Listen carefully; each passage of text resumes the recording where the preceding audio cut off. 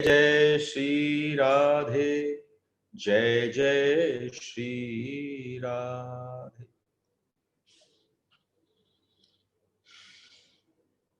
श्री राधा रमन लाल की जय, श्री चार भजानाथ की जय, श्री गिरधर गोपाल की जय।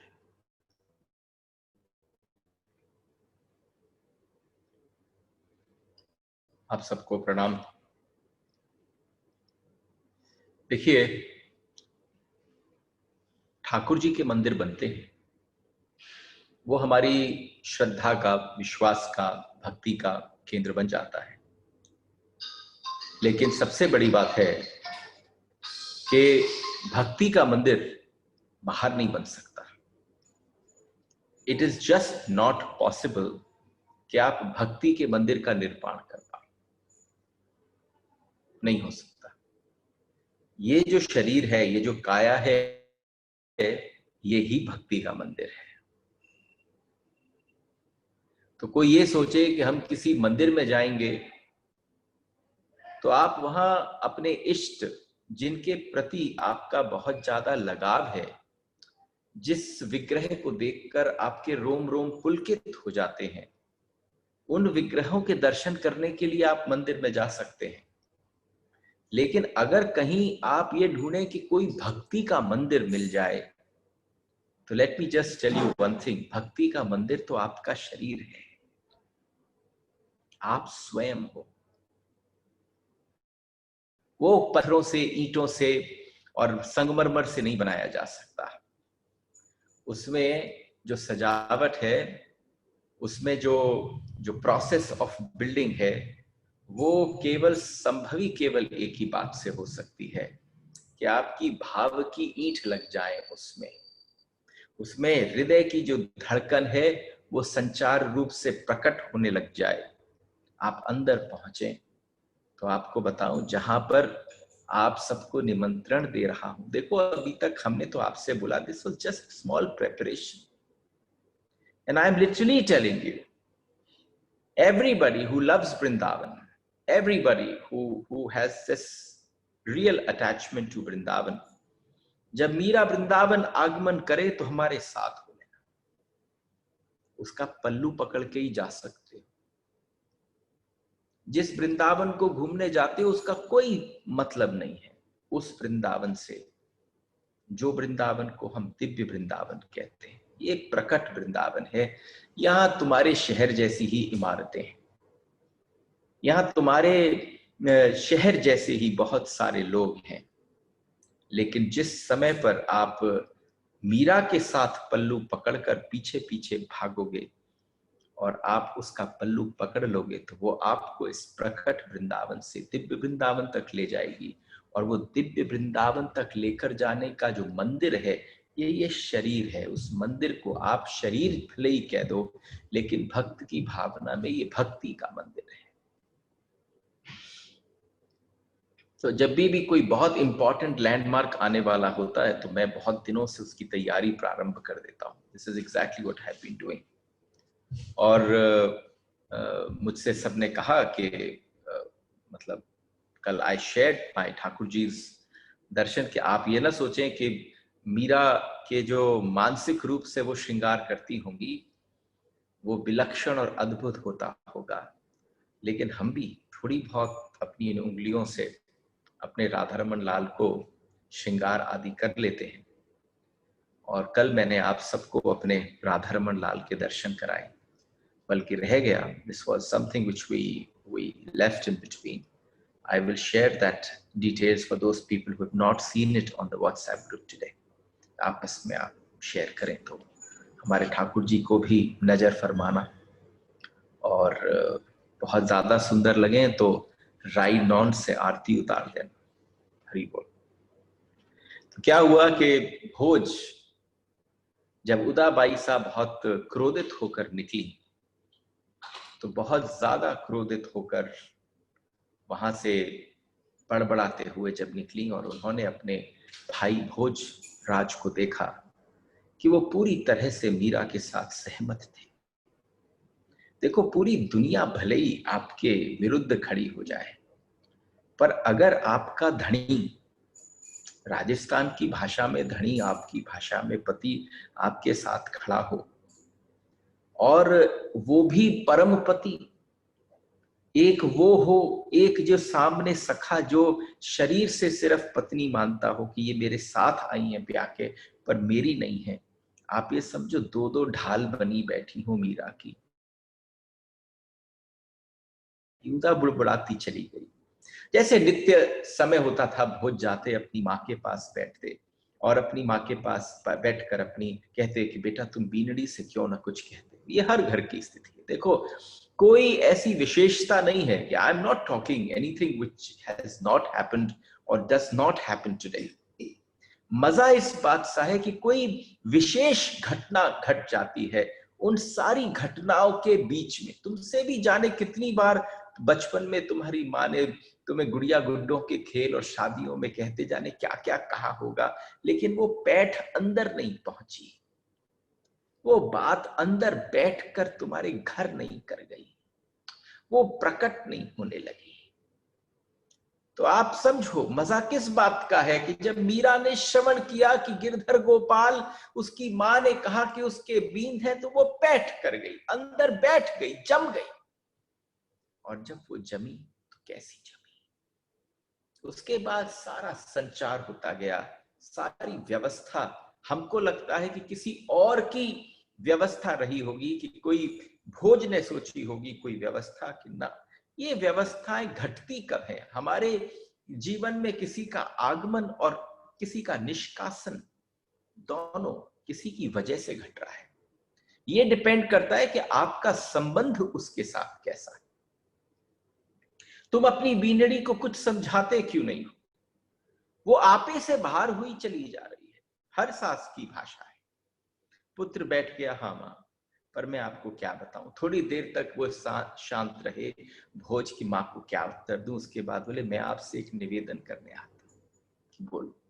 वो भक्ति में रंगी हुई है, उसे रंगे रहने दो, आप उस तरफ ध्यान न दो। भक्त और भगवंत के बीच में हम और आप बोलने वाले कौन होते हैं?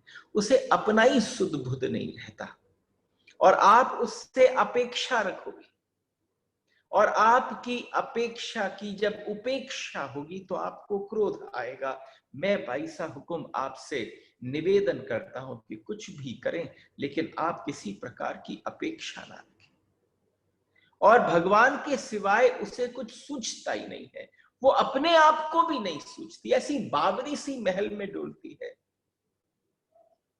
जब भोज ने ये सब कहा तो उसने कहा उस पर मान करके हम क्या कर पाएंगे, कोई भला बुरा कह भी लेगा तो क्या फर्क पड़ेगा। आप समझना, वो भला बुरा कहने के पश्चात भी जाकर गिरधर गोपाल के पास पहुंच जाती है और एक ही बात कहती है, अभी ना तुमने इनको दर्शन दिए नहीं है, क्यों ना थोड़ी सी कृपा करो और इनको भी थोड़े से दर्शन दे दो। वो सबके लिए गिरधर गोपाल के पास पहुंचकर केवल ये कहती है, जैसे तुम मुझे प्रकट रूप में दिखते हो, ऐसे इन सबको दिखने लग जाओ। मैंने देखा नहीं आज तक कि उसने किसी की बात को अपने मन पर लिया हो। जैसे कि कोई ऊपर से बरसात में कोई एक छत, एक अटारी भीग जाती हो और फिर थोड़ी देर बाद सूख जाती हो, ऐसा उसके ऊपर लोगों की बात का कोई असर नहीं, और उसके अतिरिक्त कुछ दिखता भी नहीं। वैसे भी भक्त अगर वास्तव में है तो भक्त वही है, नहीं तो सब आडंबर है। अगर तुम्हें भगवान के साथ संबंध हो गया तो तुम्हें संसार नहीं सूझना चाहिए, लेकिन अगर तुम्हें संसार सूझता है तो तुम भक्त का आडंबर कर रहे हो। प्रत्येक घर में कोई ना कोई भक्त होगा, लेकिन अगर उस भक्ति में भी संसार प्रविष्ट है तो समझ जाना भक्ति का आडंबर है, भक्ति नहीं हो रही। क्योंकि भक्ति होती तो तुम्हें किसी की बात बुरी लगी नहीं सकती थी, क्योंकि संबंध इतनी विशालता से, इतनी विराटता से हो गया कि बात ही अलग है। जहां हमारे मन में कहीं टीस पहुंचती हो, किसी की बात कटार सी चुभती हो, तो तुम समझना अभी तुमने उसके साथ संबंध ही स्थापित नहीं किया। जहां पर कि तुम्हारे ऊपर लगे हुए जितने भी वार हैं, कितने भी कोई व्यक्ति की बोली है, किसी की तिरछी दृष्टि है, अगर वो सब तुम्हें परेशान करती है तो तुम्हारी दृष्टि अभी उससे नहीं, क्योंकि दृष्टि उससे मिल जाए फिर तुम्हें किसी भी प्रकार की दृष्टि की कोई फर्क नहीं पड़ेगा। उसके बाद जो जो और आपको एक और बात बताऊं, जो भय भय करके रोते होंगे ना, बहुत चीख चीख के रोते होंगे, तो तुम समझना रो नहीं रहे, खुद की पीड़ा है, अपने लिए रो रहे हैं। क्योंकि जब मैंने किसी को ठाकुर के लिए रोते देखा तो आप समझना पूरा रोम रोम रोने लग जाता है, आवाज नहीं निकलती है। उस समय तुम ये निर्धारित नहीं कर पाते कि खुशी के कारण है कि दुख के कारण है। वो अवस्था इतनी अद्भुत और विलक्षण हो जाती है। तो अपनी मां को समझा रहे हैं और भोज को जब सोचा, बताया कि आप समझो कि ऐसा ना हो कि कहीं हम उसको त्रास दें, और हमारा गोविंद जो है, जिसकी वो पूजा करती है, जिसके लिए वो पूरे दिन दीवानी सी रहती है, कहीं उसे हम परेशान ना कर दें, कहीं उन्हें हम रुष्ट ना कर दें, और कहीं मेरे मेवाड़ के ऊपर विपत्तियों के बादल न घिराएं। ये जो वार्तालाप है, ये भोज का मीरा के प्रति अगाध प्रेम से निकल सकता है कि आप सबको धीरे धीरे शांत करके चलिए। दाजी रात को निवेदन कराएं कि रतन सिंह जी का ब्याह करा दें। भोज अपने छोटे भाई के लिए कहते हैं, उनसे कहिए कि वो उनके ब्याह के लिए इस समय प्रयासरत हों, क्योंकि एक नई बींदड़ी आएगी रनिवास में। तो आप सबका जो ध्यान मीरा की तरफ पूरे समय है, आप सब पूरे समय खाते पीते उठते बैठते, जो चर्चा रनिवास में सिवाय मीरा के किसी और की नहीं होती, तो मजा उस बात का है कि थोड़ी सी वहां की चर्चा कम हो जाएगी और नई बींदड़ी की तरफ थोड़ा ध्यान हो जाएगा। और एकदम जैसी माँ होती है, तो माँ ने छूटते ही भोज से पूछा, और बेटा तुम्हारा क्या होगा? हर माँ पूछती। और आप समझना, जहां बैठे हैं, बड़े शाही अंदाज में माँ बैठी है, बड़े विनम्र भाव में भोज बैठे हैं, और एकदम उस मसनद से उतर कर माँ आई, और माँ ने आकर अपने भोज के मस्तक को पकड़ा, अपनी छाती से लगाया और पूछा कि तुम्हारा क्या होगा। माँ की ममता अनचाहे ही शब्दों के रूप में छलक पड़ रही थी, और जब छलकी वे बेटे की पीठ पर हाथ फेरती हुई चिंता के सागर में डूबने लगी, उसी समय भोज ने कहा, मेरा मेरा क्या होगा, मेरा क्या है। जिस समय उनको ये समझ में आ जाए कि अब ये जीवन मेरा मेरा नहीं, वे एकदम बस कह गए, किंतु माँ की बात के मर्म को समझते ही थोड़े सुखचा भी गए। माँ ने बहुत बड़ी बात कही कि तुम्हारा क्या होगा, तुम्हारे गृहस्थ जीवन का क्या होगा, तुम्हारे दाम्पत्य जीवन का क्या होगा, तुम्हारे गृहस्थ के सुख का क्या होगा। उस माँ के एक बार के बोलने में 50 प्रश्न थे, और उन सब का उत्तर केवल ये था कि मेरा। भोज अपनी छोड़ चुका। जहां अपनी छूट जाए तो जिसके प्रति प्रेम होता है वो आगे आ जाता है। अपने को संभाल कर धीरे से उसने मां से कहा, मेरी भाई साहब, मेरी आप चिंता ना करें, आप बिल्कुल निश्चिंत हो जाएं। लोग तो भक्त के दर्शन करने के लिए जाने कौन कौन से तीर्थ और कौन कौन से धामों की खाक चाहते हैं, सब जगह छोड़कर जाकर वहां वास करते हैं। आप समझो, सारे तीर्थ सारे धाम जो हैं वो मेरे महल में पधार आए।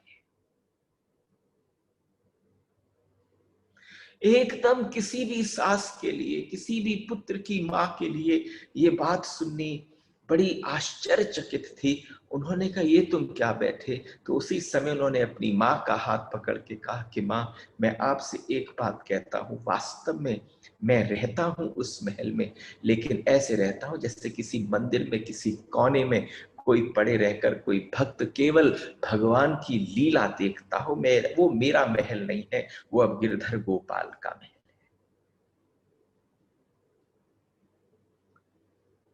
ये वचन है, ये कलयुग के भीष्म है। भीष्म ने ले लिया था द्वापर में, एक इतना बड़ी प्रतिज्ञा ले ली और उस प्रतिज्ञा को कहा कि आजीवन ब्रह्मचर्य को स्थापित करूंगा। यहाँ पर साक्षात जो विग्रह है, जो स्वरूप है, वो अवर्णनीय सुंदरता का है, लेकिन उसके समक्ष भी जो प्रतिज्ञा ली है उसको आजीवन ब्रह्मचर्य की तरह से निभाने की पूर्ण कोशिश कर रहे हैं। ये क्या कहते हो बेटे, चित्तौड़ के राजकुंवर तलवार के बदले क्या अपने अपने महल में तंबूरा बजाएंगे? क्या तुम सिर्फ उस भक्ति के नृत्य को होते देखोगे? तुम्हारी ये कंठी और तिलक को देखकर मेरा मुंह निकल आता है। अरे अभी तुम्हारी उम्र क्या है? तुम्हारी उम्र अभी भक्ति और इसकी नहीं है। तुम दूसरा ब्याह कर लो, मेरी बात मानो। मां के नीचे हृदय से उद्गार प्रकट होने लगे। क्या ये सत्य है कि तुमने विवाह का प्रस्ताव जो हमने भेजा वो तुमने फेर दिया? तुम बार बार फेरते हो। अरे भाई हुकुम, तलवार चलाने का समय जब आएगा तो तुम देखना, मेवाड़ के लिए आपके इस ज्येष्ठ पुत्र की तलवार ऐसी चलेगी जब काका भौजा, काका और सारे जितने भी हमारे उमराव और सामंत हैं, जब वो यहाँ पहुंचेंगे तो आप सुनोगे कि आपके पुत्र की तलवार जो थी वो एक क्षण के लिए भी न रुकी। और जब इस आनंद को आप श्रवण करोगी तो आपको बहुत दिल में आनंद होगा। लेकिन कैसे कहूं अपनी बात को, आज मां ने बहुत घबरा कर कहा कि तुम्हें पता है, तुम हमारे ज्येष्ठ पुत्र, तुम हमें ऐसे ही प्राप्त नहीं हुए, हम दर दर भटके। और दर दर भटकने के बाद जब एकलिंग नाथ जी के जाकर माथे निभाए तो हमें वहां के राजपुरोहित ने कहा कि 108 बार रुद्राभिषेक करो तो साक्षात आपके घर में अवतार प्रकट होगा, आपके घर में साक्षात पुत्र रत्न की प्राप्ति होगी। 108 अभिषेक किए और उसके फलस्वरूप भोज तुम प्राप्त हुए। आपको दुखी करने के लिए नहीं कहता हुकुम, भोज कहते हैं, आपको दुखी करने को नहीं कहता। पर उसके घर की बात कौन जानता है? सेवा का अवसर आया है और अपदार्थ पुत्र को याद फरमाइए। भोज ने मां के चरणों में सर रख दिया और सर रखकर उस समय ऐसा करना जो मैंने आपसे कहा वो आप भी अपने हृदय में बैठा लेना। रतन सिंह की ब्याह की तैयारी करो, रतन सिंह के ब्याह की तैयारी करो। और उसी समय वहां से उठकर अपने महल की तरफ आ गए।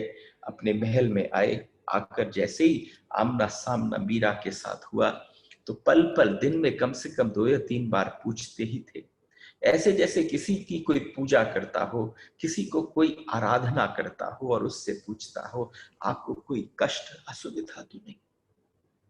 मेरे यहां होने से कोई ऐसी दिक्कत तो नहीं हो रही? और जिस समय यहाँ पर मीरा के साथ संवाद होता तो भोजराज ने मीरा से पूछा तो मीरा ने कहा, एक अर्ज करूं? आप समझना, जिसका हृदय पवित्र हो जाए वो पल पल परीक्षा के पथ पर चलता है। जो चपल हो, जो कपटी हो, जो मैन्युपुलेटिव हो, जो कैलकुलेटिव हो, उसको परीक्षा की पड़ती नहीं है, क्योंकि वो तो स्वयं धार पर ही चल रहा है। पता नहीं कब कट जाए, लेकिन जिसका हृदय जो है वो बिल्कुल पवित्र हो, उस समय ऐसा समझना कि परमात्मा भी सामने खड़ा होता है उसकी अहम की परीक्षा लेने के लिए। तो तुम्हें दिखता होगा कि जो जितना ज्यादा परमात्मा की तरफ झुका हुआ होता है उतना ही उसके जीवन में आप देखते हो कि क्या क्या उतार चढ़ाव घटते हैं। आज मीरा के सम्मुख बैठे बस पूछा ही था भर कि आपको यहाँ कोई कष्ट और असुविधा तो नहीं? तो मीरा ने सिर्फ उत्तर दिया, एक अर्ज करनी थी। भोज ने कहा, फरमाओ, आप फरमाओ, दास हाजिर है। आप ऐसे ना कहिए, आप पहले वचन दीजिए। भोज ने कहा, वचन? भोज ने कहा, वचन? अब भी आप हमसे वचन मांग रही? अरे भोज पूरा बिछ गया आपके सामने। अब आप बताइए भोज क्या करे? यदि अब भी आपको भोज पर विश्वास नहीं और आप वचन की डोर में भोज को बांधे तो इसका मतलब ये कि भोज ने अभी तक आपके हृदय में विश्वास स्थापित नहीं किया और फिर मेरा जीवन जीना भी, मेरा जीवन भी व्यर्थ है। उनका गला संभलते संभलते थोड़ा रुद गया।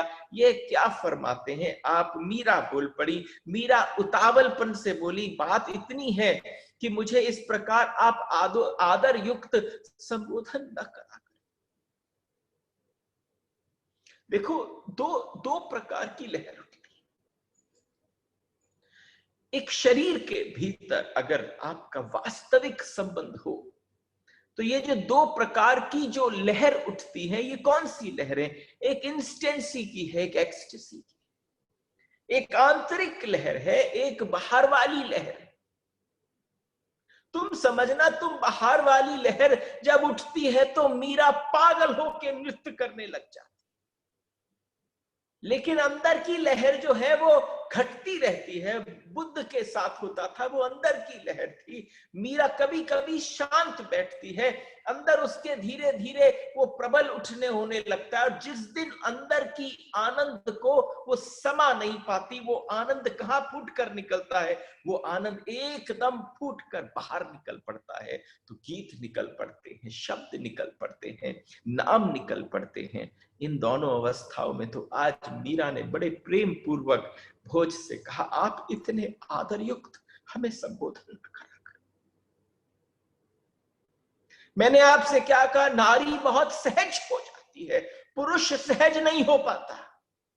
पुरुष को तालमेल बिठाने में बहुत समय लगता है। वो प्रेम करने लग जाए, पहले तो करे नहीं, और फिर गलती हो जाए कि वो प्रेम को वासना समझ बैठे। लेकिन अगर विशुद्ध प्रेम को समझे तो उसको बैठाने में जो समय लगता है, उसको बैठाने में थोड़ा समय लगता है। यहां पर मीरा जब सहज हो गई तो मीरा ने क्या कहा? आप इतना आदर देकर हमसे बात ना करा करें तो हुक्म कैसे बोलूं बताओ? फिर से बोले, हुक्म। आप हुक्म कहकर ना बोला करें। आज मीरा ऐसे बैठी जैसे कि कोई सखा के साथ बैठता है, बिल्कुल समीपता। भोज ने थोड़ी दूरी बनाकर बैठी थी, और जब भोज थोड़ी दूरी, इस समय बिल्कुल एकांत था। कक्ष था, बड़े बड़े पर्दे लगे हुए थे, बहुत बहुत सुंदर बैठने की व्यवस्था थी। भोज महाराज कुंवर हैं, कोई साधारण महल ना होगा। साज सज्जा विलक्षण थी। सबके साथ जब मीरा बैठी तो देखिए, मैं अर्ज नहीं करना चाहता, पर आप मान नहीं रहे हो। भोज ने कहा, आप मान नहीं रही हो, पत्नी का संबोधन आपको कर नहीं सकता। If anybody can relate to this, अगर आप रिलेट कर पाए कि भोज ने कहा पत्नी का संबोधन आपको कर नहीं सकता। मेरी अवस्था देखिए। भोज बोले, आपके साथ ब्याह कर कर लाए, आपके साथ घोड़े चढ़े, आपके नाम के साथ हल्दी आदि की रस्में हुई, आपके साथ सब कुछ हुआ, लेकिन फिर भी पत्नी का संबोधन कर नहीं सकता। दूसरा कुछ मेरी इस तुच्छ बुद्धि में समझ में आता नहीं, इसलिए आप ही फरमाए कि क्या कहूं। भोज बोले, आप फरमाए कि मैं क्या कहूं। जैसे दो बराबर वाले संबोधन करते। मीरा बोल पड़ी, जैसे दो बराबर वाले आपस में संबोधन होते हैं, जैसे दो दो मित्र आदमी या स्त्रियां दो बराबर के होते हैं। दो स्त्रियां जब मित्र होती हैं तो वो कैसे आपस में संबोधन करती हैं? दो पुरुष आपस में मित्र होते हैं, कैसे संबोधन करते? भोजराज बहुत जोर से हंस पड़े। भोजराज इतनी जोर से हंस पड़े कि भोजराज ने कहा, स्वयं को स्त्री मान लेना बड़ा कठिन है। आप समझो कि स्वयं को स्त्री नहीं मान सकता और आपको पुरुष के रूप में देख नहीं सकता। आपसे नहीं कह सकता कि आप पुरुष हो जाएं, मैं स्त्री नहीं बन सकता। अब आप कहिए, ये क्या आप लगा रखी है? मीरा ने अपने सखा भोज से कहा, ये आप क्यों करते हैं? आपकी जगह क्या अब तुम नहीं कह सकते? मीरा की प्रगाढ़ता बढ़ रही है भोज के प्रति, लेकिन सखा के रूप में। और जब मीरा की प्रगाढ़ता बढ़ रही है तो इससे ज्यादा विश्वास युक्त संबंध कैसे हो सकता है। हम कहते हैं कि we have to talk about very powerful women. आप समझो आज बोलने में दिक्कत, आज किसी को मित्र को बोलने में, अपने समक्ष परिवार के समय किसी मित्र को मिलवाने में दिक्कत है, इस युग में दिक्कत है। 500 वर्ष पूर्व पति को सखा बनाने का ये जो आनंद है, ये कैसा रहा होगा। तो मीरा ने क्या बोला, मीरा बड़े प्रेम से, बड़े आनंद से इस बात को कहने लगी। मीरा ने छूटते ही कहा, आप तुम कहकर संबोधन नहीं कर सकते। देखो, आपको एक बात बता, ये वार्तालाप आप कान से न सुनो, ये वार्तालाप ऐसे सुनो कि आपके हृदय पर घट रही हो। और जब आपके हृदय पर घटो और इसकी गूंज आपके भीतर पहुंचे, तो वो गूंज आपको ऐसा प्रकट करेगी जैसे ये समक्ष वहीं हो रहा था। तुम कोई दास दासी थे, तुम कोई चिड़िया चिरौटे थे उस समय। तुम मीरा की और भोज के संवाद को सुन रहे हो। सामने सिंहासन पर गिरधर गोपाल विराजमान है और वो विग्रह देखकर आनंदित हो रही है। मीरा को ऐसे लगा जैसे कृष्ण ने कहा हो।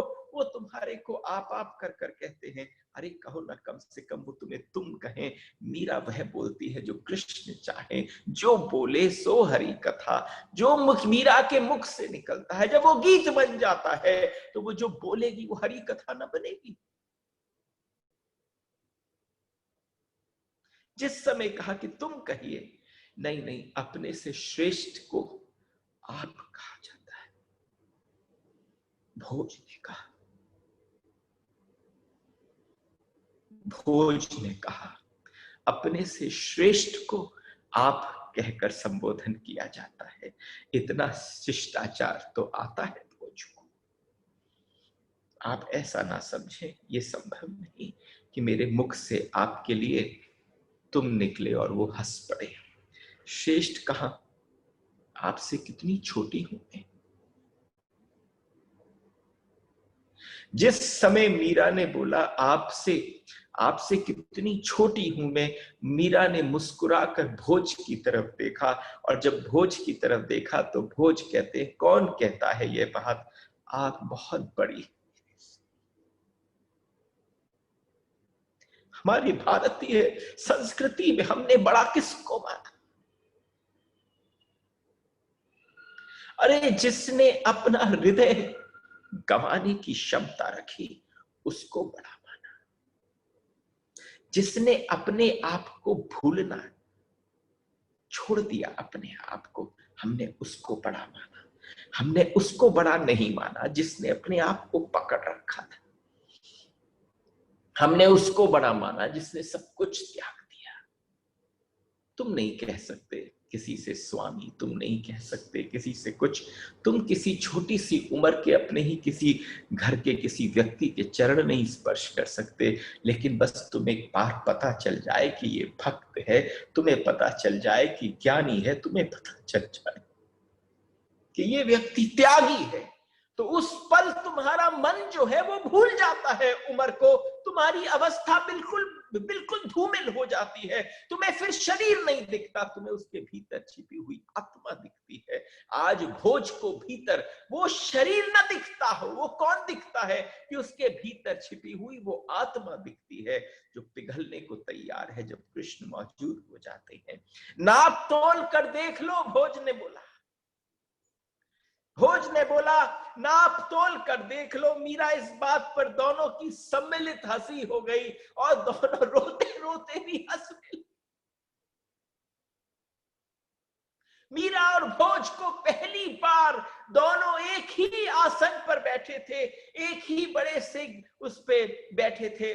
बहुत दोनों के पीछे बड़े बड़े मसनद थे।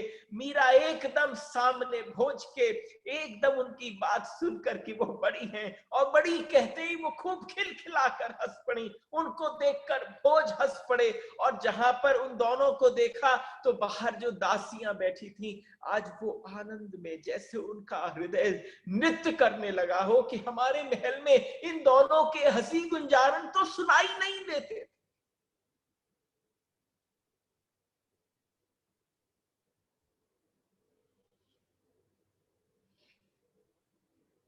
This transports you back to a time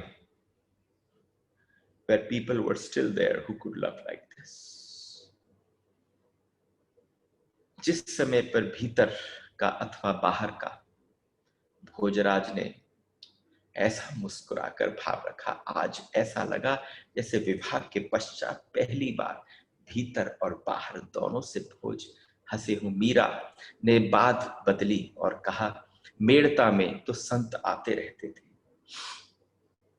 देखिए, मेड़ता में तो संत आते रहते थे, उनका आगमन होता रहता था। यहां सत्संग नहीं मिलता। ब्रज के संत आते थे, आते समस्त पूरी भारत से थे, लेकिन आपको क्या कहूं, जोशी जी भी बैठकर हमको कथा श्रवण कराते थे, लेकिन मेड़ता में जब ब्रज के संत आते थे, वो कोई अलग सी सुगंध लेकर आते थे भक्ति की। उनकी बोली, उनकी चाली, उनकी आंख, उनका कहना, उनका मुस्कुराना, हर चीज ऐसा लगता था जैसे ब्रज की सुगंध आ गई हो। और आप समझो, मेरे को मेड़ता में बहुत सत्संग मिलता था। यहाँ महलों के भीतर तो सबका आना प्रवेश वर्जित है। भोजराज गंभीर हो गए और भोजराज ने बोला कि आप बताओ क्या किया जाए। हाँ, किले में संत महात्मा नहीं आ सकते, ये बात सही है। सत्संग बिना जो मेरे प्राण है वो सूख जाते। मेरे ठाकुर हैं, पर उनकी कोई लीला आकर सुना जाए, सुना जाए। एक ही तो इंद्रिय बोली है मीरा ने। वो इंद्रिय जो है वो तुम्हारे भीतर सब कुछ जो न हो उसको प्रकट कर देती है। वो इंद्रिय कान है। ये मेरी कान की, मेरी आंखों की इंद्रियां सजल रहती हैं, क्योंकि गिरधर गोपाल के दर्शन नित्य होते रहते हैं, लेकिन मेरी कान की इंद्रियां सूख गई हैं। इन्हें सत्संग की आवश्यकता है। तो उन्होंने कहा ठीक है, तो कुंभ श्याम मंदिर के पास में मंदिर बनवा देते हैं। जैसे ये बात हुई तो आप अगर चित्तौड़ जाएं तो वहां पर एक कुंभा श्याम का मंदिर है। उसके पास जो मंदिर है वो हमारी मीराबाई का चित्तौड़ वाला मंदिर है। यहां पर सब लोगों ने कहा, भाई अभी तक तो चित्तौड़ में बनते थे विजय स्तंभ बनते थे, आज चित्तौड़ में ऐसी आई हैं मेणतनी जी, ऐसी मेणतनी पहुंची हैं जो मेणतनी जी को देखकर ये कहा जाएगा कि भाई कैसी हैं, कि वो मेणतनी जी ने आज भक्ति की ध्वजा का वहां पर फहरा दिया है। किसका मंदिर बन रहा है कि किसी को मंदिर नहीं दिखता था, जो सब, क्योंकि अंदर रनिवास में बैठकर सारी स्त्रियां मिल बैठकर केवल एक ही काम करती, दिन भर बैठकर केवल एक दूसरे के प्रति जो भावना उठती, जो बात उठता, वो विलक्षण था। वो चर्चा ऐसी होती जिस चर्चा को कल्पना नहीं की जा सकती थी, जिस चर्चा को कल्पना नहीं की जा सकती थी। यहां पर सारी रनिवास की महिलाएं जो हैं वो उल्हाने ले लेकर बैठ गईं कि अब क्या आवश्यकता थी एक नव मंदिर की, क्या महल में गिरधर गोपाल को विराजमान करने के लिए स्थान कम पड़ता है, और अगर स्थान कम पड़ता है तो और वहां पर ही आदि निर्माण हो सकता था, लेकिन महाराणा सांगा के आदेश के अनुसार वहां पर प्रारंभ हो गया। आज जब महाराणा सांगा के पास खबर पहुंची, देखो घर में कोई ऐसी आत्माएं जन्म ले लेती और वो फिर आकर्षित करती है मीरा जैसी आत्मा को। महाराणा सांगा ने आज क्या कहा, मंदिर का जब निर्माण हुआ, उसका तारीख तिथि आई, खूब अच्छी तरह से व्यवस्था करी गई, खूब तोरण वोरण लगकर सजावटें हुई, खूब शहनाई नगाड़े बजे, बड़े प्रेम से आकर अधिक से अधिक लोगों की संख्या वहां बढ़ने लगी। अब मीरा का यश भी उठने लगा। तो जब यश सुना तो वहां से हर तरफ से पहुंचकर, हर तरफ से ये खबर ऐसी आने लगी, ऐसी विलक्षण खबर आने लगी, तो गुप्तचरों को पीछे लगा दिया था महाराणा सांगा ने। और जब गुप्तचरों ने लाकर खबर दी तो उन्होंने कभी कभी वो सोचते, बड़ा होना कितना दुखदाई। आज अगर मैं महाराणा ना होता तो क्या मैं अपनी बहू के सत्संग में पीछे जाकर बैठकर खूब आनंद से इस बुढ़ापे में ताली न पीटता। अगर मैं महाराणा ना होता तो मैंने सुना है कि कोई साधारण जन होता तो सबके बीच में सुधापान कर रहा होता, सत्संग का आज ससुर के मन में भाग। ये भाग्यहीन सांघाई है। अरे ये महाराणा जो है ये भाग्यहीन है। अरे वेश भी बदल ले तो पहचान जाएगा, क्योंकि एक पांव है, एक हाथ है और शरीर पर 80 घाव है। ऐसा पूरे मेवाड़ में किसी का शरीर नहीं है, ये केवल महाराणा का है। जैसे जैसे मीरा का यश विस्तार पाने लगा, अब तो सारे चित्तौड़ के अंदर, पूरे मेवाड़ के ऊपर जब जब वहां पर कोई आनंद की ध्वनि होती तो यहाँ अंदर रनिवास की सारी औरतें ने कहना चालू कर दिया कि अब क्या कहें, अभी तक नृत्य महलों में होता था, अब नृत्य कहाँ होगा। अरे भाई अब जो है नृत्य की अवस्था कहाँ प्रकट होने जा रही है। अब ये नृत्य की अवस्था प्रकट कहीं नहीं हो रही, अब ये बाहर नृत्य होगा। अब हमारे मेवाड़ों की राजकुल की स्त्रियां जो है वो बाहर नृत्य करेंगी और यहाँ के पुरुष बैठकर उसको देखेंगे। रनिवास में घटनाएं बढ़ने लग गई। इन दिनों में खूब आपस में खूब आदान प्रदान होता रहा और रतन सिंह जी का भी ब्याह हो गया। जैसा कहा गया, भोज ने जैसा कहा, उनकी बात को बहुत गंभीरता से लिया गया और जब बहुत गंभीरता से लिया तो रतन सिंह जी का ब्याह खूब धूमधाम से हुआ। एक दिन भोजराज अकेले बैठे थे और रतन सिंह उनके छोटे भाई अपने भाई का अभिवादन कर समीप बैठ गए।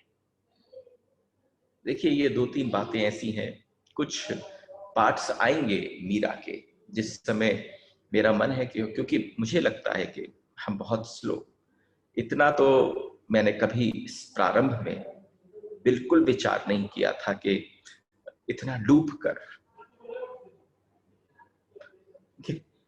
गिरधर गोपाल मीरा के इस वृतांत को करवा।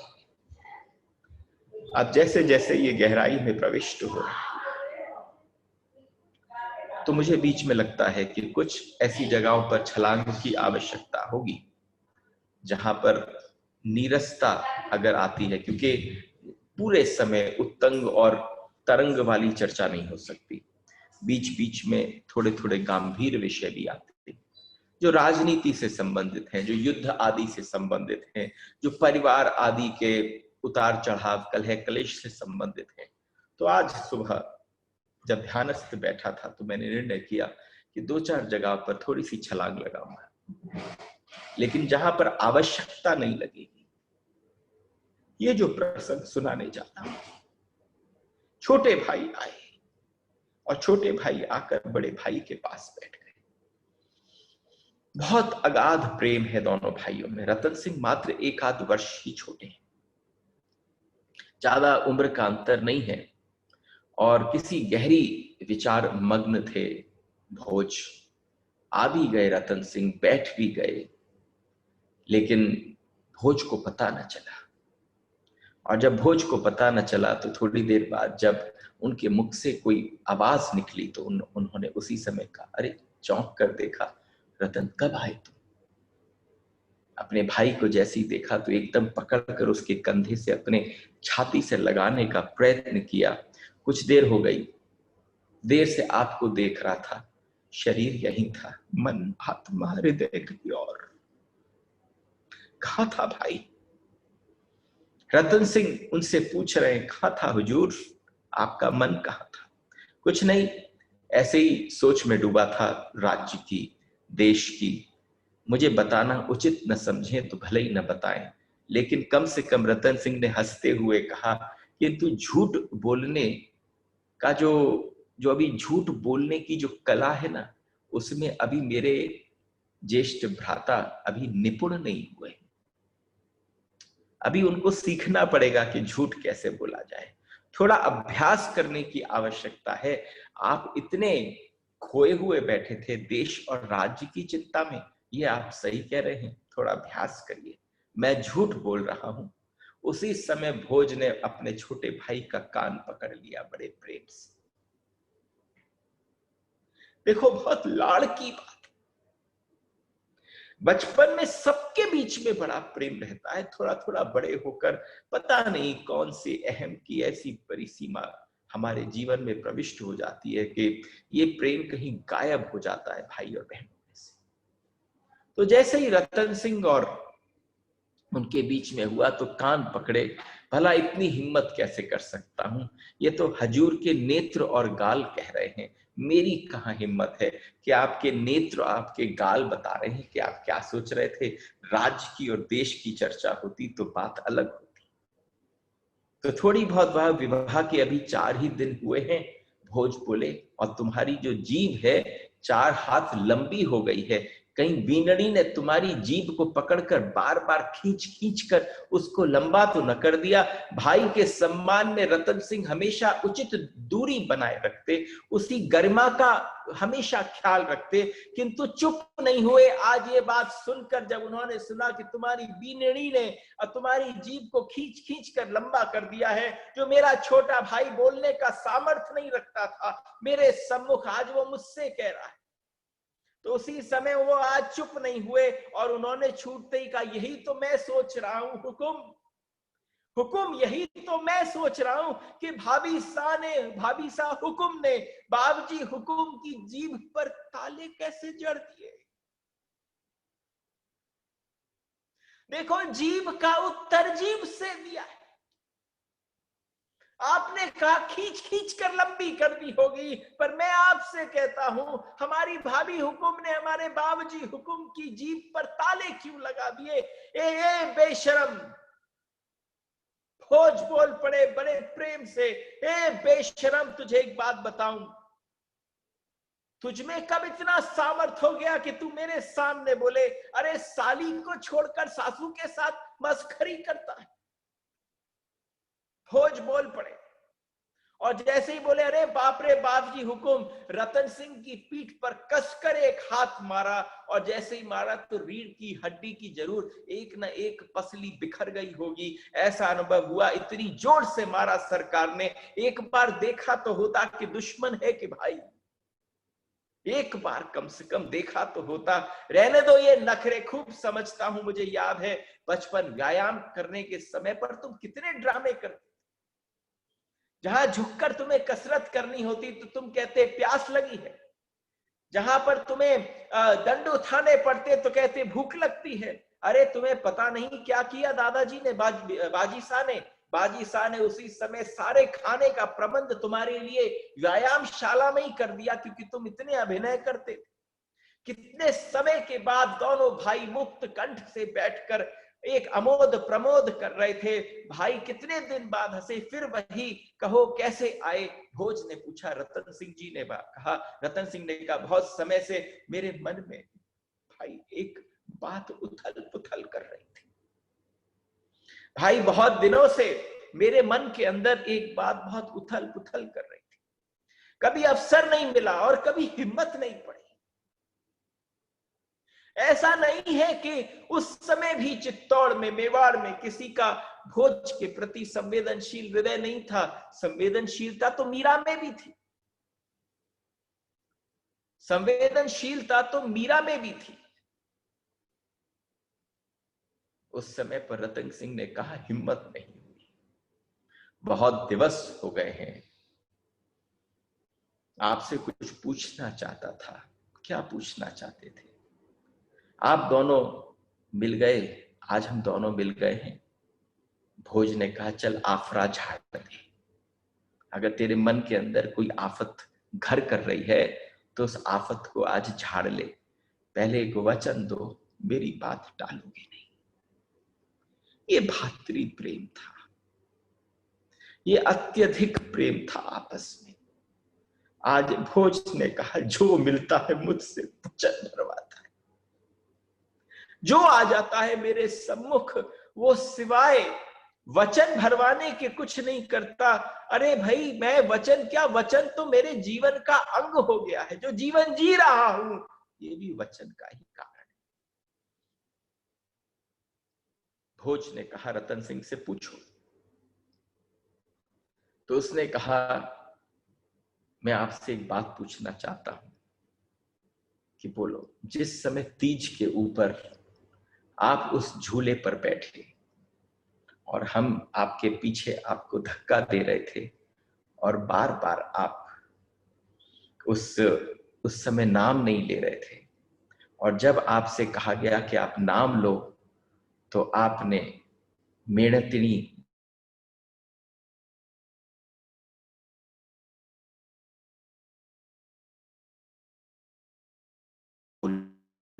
तो मैं ये जानना चाहता हूं कि आपने आभ का फूल क्यों कहा? आभ का मतलब है आकाश का फूल। आज दोनों में बड़ी गंभीर चर्चा होने लगी। मेरी बात टालना नहीं भाई। रतन सिंह बोल पड़े। भोजराज ने कहा तुम मार खाओगे।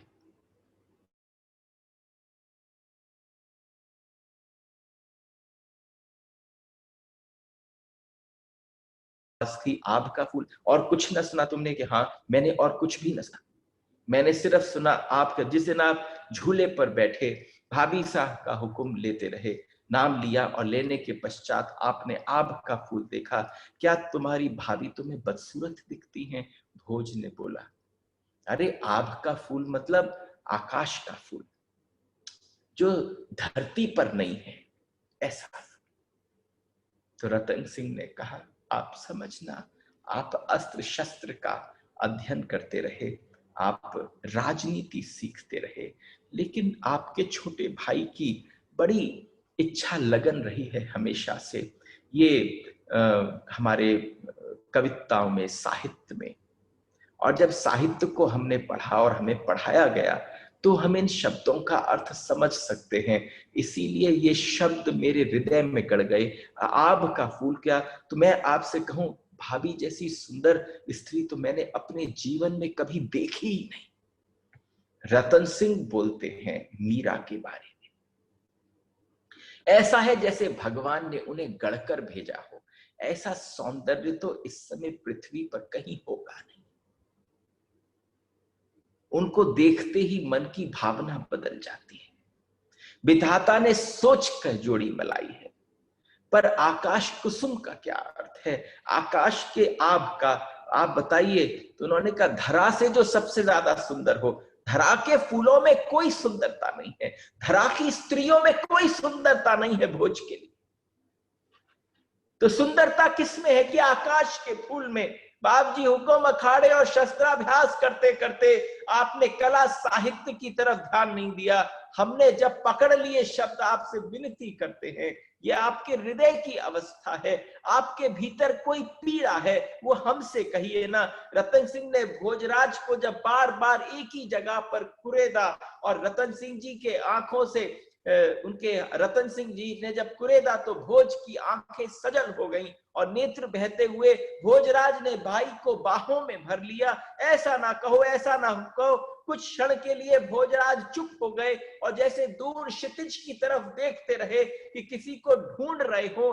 तब तक रतन सिंह ने उनके मुख पर आने वाले उतार चढ़ाव का निरीक्षण किया और निरीक्षण कर कर कहा, क्या कहोगे करोगे सुनकर? भोज ने उत्तर दिया तो रतन सिंह ने कहा, यह नहीं जानता, पर सुनना चाहता हूं कि आपके मुख से आभ का फूल क्यों निकला। अरे 20.5 वर्ष की आयु, कोई ज्यादा आयु नहीं है। तो कहा, क्या करोगे? जब कहा कुछ नहीं। तो आकाश कुसुम किसे कहते हैं? भोज ने कहा, आकाश कुसुम का मंदिर है, मतलब है जो सुंदर हो पर अप्राप्य हो। जो सुंदर है, जो अति सुंदर है, पर अप्राप्य है, उसको प्राप्त नहीं किया जा सकता। जो आकाश का है, हमारा हाथ नहीं पहुंच सकता। तुम्हारी भाभी मेरे लिए ऐसी है, सामने है पर स्पर्श नहीं कर सकता, प्राप्त है पर अप्राप्य है, मेरी है पर मेरी नहीं है। भोज की बातें सुनकर रतन सिंह ने कहा, क्या हुआ? रतन सिंह ने कहा, केवल संबोधन करते, इसका मतलब मेड़ता के लोगों ने हमें धोखा दिया। उन्होंने कहा, तुम बताओ, तुम क्या करोगे अगर तुम्हारा ब्याह उससे हो जाए? वो परस्त्री, तुम्हारी भाभी मेरे लिए परस्त्री है। इसका मतलब उन सब ने हमारे साथ धोखा किया। पर हमारी भुवासा तो वही थी, और हमारी भुवासा के रहते भी इतना बड़ा धोखा हो गया। ये असंभव है बात। नहीं तो वो इतनी आगे बढ़ चढ़कर किसी परिस्त्री का ब्याह, इतना बड़ा घोर अन्याय वो होने कैसे देती। तो उन्होंने कहा, तुम्हें याद है विवाह के समय पर हम जब दोनों साथ में बैठे थे तो हमारे बीच में कौन बैठे थे? एक बार रतन सिंह ने उनकी बात रोककर कहा, आप बताइए वो कौन है? तो उन्होंने कहा, हमारी जब ब्याह हो रहा था, मेरे और तुम्हारी भाभी साहब के बीच में कौन बैठे थे? तुमने कहा, ये कौन सी रीत है? अरे भगवान तो मंदिर में विराजते हैं, मंदिर में ठाकुर जी का विराजना होता है, यहां पर कहां ले आए? तो हमने तुमसे कहा था ये बींद हैं, और तुमने हमसे पूछा तो आप कौन हो? हमने तुम्हें उत्तर दिया कि हम टोटका हैं। ये कैसी परंपरा थी मेणतियों की, स्मरण है तुमको? तो रतन सिंह ने एकदम कहा, हाँ मुझे सब कुछ स्मरण है। लेकिन फिर उसके पश्चात भोज ने बताया, बचपन में एक बार नगर सेठ के यहाँ पर बारात जाती देखी, सजा हुआ बींद बैठा था हाथी के ऊपर, और छोटी सी मीरा ने जाकर अपनी माँ को पकड़ लिया और माँ से सिर्फ ये पूछा कि वो कौन कौन कौन। अंत में जैसे किसी बालक को टहलाने को कह दिया जाता है, अरे ये गिरधर गोपाल ही तो तेरे बींद हैं। जैसे ही कहा ये गिरधर गोपाल तेरे बींद हैं, ये बात बैठ कर गई, ये बात उनके घर में बैठ गई। ठाकुर जी को आना ही पड़ा। भोजराज ने कहा रतन सिंह से, वो बैठ कर गई, और वो ऐसी बैठ कर गई, वो ऐसी बात बैठ गई कि उसने उनको बुला लिया। तो उन्होंने कहा, आपने भगवान को देखा? भाभी सा ने भगवान को निमंत्रण दे दिया। तो उन्होंने कहा, क्या बताऊं, अक्षय तृतीया की अगली रात उनका ब्याह द्वारका नाथ से साक्षात हुआ। अरे भाई, आप ऐसी बेसिर पैर की बातों पर विश्वास कैसे कर सकते हैं? ये कलयुग है, यहाँ पर भगवान सिर्फ मंदिर में मूर्ति के रूप में रहते हैं, साकार प्रकट नहीं होते, और ऐसी बातों को आप अपने जीवन को बिल्कुल नरकवत बना रहे हैं। क्या आपने कभी भगवान को देखा? तो उन्होंने कहा, तुम्हें क्या बताऊं, जब हम ब्याह होकर आए और हमने आकर पढ़ना देखा तो उसी समय हमने पूछा कि तुमने सब कुछ धारण किया है, लेकिन ये वो नहीं है जो मेरता यहाँ से मेवाड़ से चित्तौड़ से गया था। तुम्हारा हमारे यहाँ का जो पड़ला है वो कहाँ है? तो उन्होंने दोनों संदूक मंगा दिए। एक पड़ला जो था वो द्वारका से आया था, हमारे यहाँ से जो पहुंचा वो भी था, वो अभी तक खुला हुआ भी नहीं था, वो निज के तिज रखा था, उस पे सब हमारे यहाँ के चिन्ह गड़े हुए थे। और जो द्वारका से आया उसका उसका कोई तालमेल ही नहीं था। वो ऐसा था जो यहाँ गढ़ा ही नहीं जा सकता। वो ऐसे हीरक अलंकारों से सजा था जो यहाँ इस पृथ्वी लोक पे नहीं मिल सकते। उन दोनों पड़लों को मैंने देखा, और उसमें उसी समय मेघपाट के युवराज को भाभी सा जैसी अनंत सुंदरी न सही, इनसे उसी समय जैसे ही यहाँ पर कहा तो उसी रतन सिंह ने उसी पल उसी क्षण अपने भाई को हाथ पकड़कर कहा, तो ठीक है, ऐसी कौन सी है, अगर साक्षात परमात्मा आते हैं तो आज भोज ने कहा, तुम्हें क्या बताऊं, उस महल में रहकर देखो जिसमें हमेशा तीसरा मौजूद है। एक पति और पत्नी के बीच में कोई तीसरा मौजूद है। तो उसने कहा, तीसरा कौन है भाई साहब? उसने आज अपने भाई से कहा, हुकुम बताओ तीसरा कौन है? तो आज भोज ने कहा, तीसरा मैं। गिरधर गोपाल और मीरा के बीच में जो तीसरा है वो भोज है, तुम्हारा भाई।